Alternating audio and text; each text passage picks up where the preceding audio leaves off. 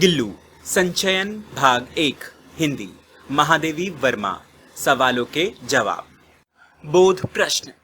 पहला, सोन जूही में लगी पीली कली को देखकर लेखिका के मन में कौन से विचार उमड़ने लगे? उत्तर, सोन जूही में लगी पीली कली को देखकर लेखिका के मन में छोटे से जीव गिलहरी की याद आ गई जिसे वह गिल्लू कहती थी।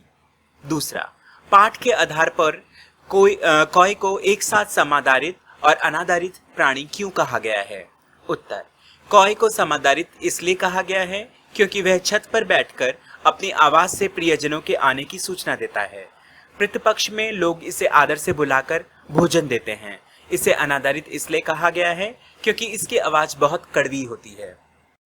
तीसरा, गिलहरी के घायल बच्चे का उपचार किस प्रकार किया गया? उत्तर, लेखिका गिलहरी के घायल बच्चे को उठाकर अपने कमरे में ले आई, उसका घाव रुई से पोंछा, उस पर पेनिसिलिन दवा लगाई, फिर उसके मुंह में दूध डालने की कोशिश की, परंतु उसका मुंह खुल नहीं सका। कई घंटे के उपचार के बाद उसने एक बूंद पानी पिया।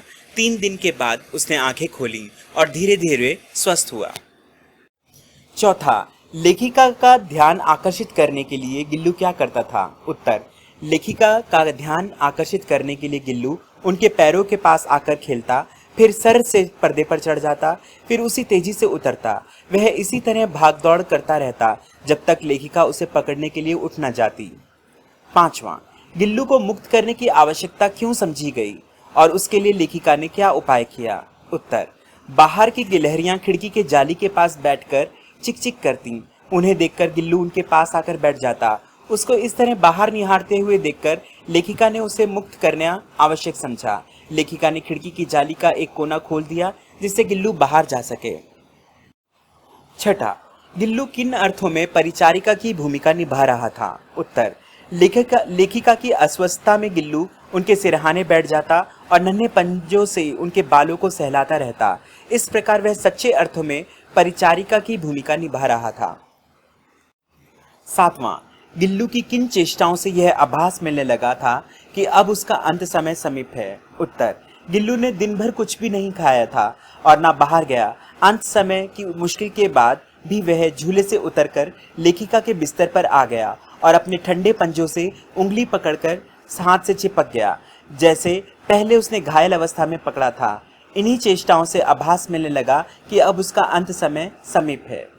आठवां, प्रभात की प्रथम किरण के स्पर्श के साथ भी वह किसी और जीवन में जागने के लिए सो गया का आशय स्पष्ट कीजिए। उत्तर, इस कथन का आशय यह है कि सुबह होते होते गिल्लू की मृत्यु हो गई और वह हमेशा के लिए सो गया ताकि वह कहीं और जन्म लेकर नए जीवन को पा सके। 9. सोन जूही की लता के नीचे बनी गिल्लू की समाधि से लेखिका के मन में किस विश्वास का जन्म होता है? उत्तर, सोन जूही की लता के नीचे गिल्लू की समाधि बनाई गई क्योंकि यह लता गिल्लू को बहुत पसंद थी और साथ ही लेखिका को विश्वास था कि इस छोटे से जीव को इस बेल पर लगे फूल के रूप में देखेगी।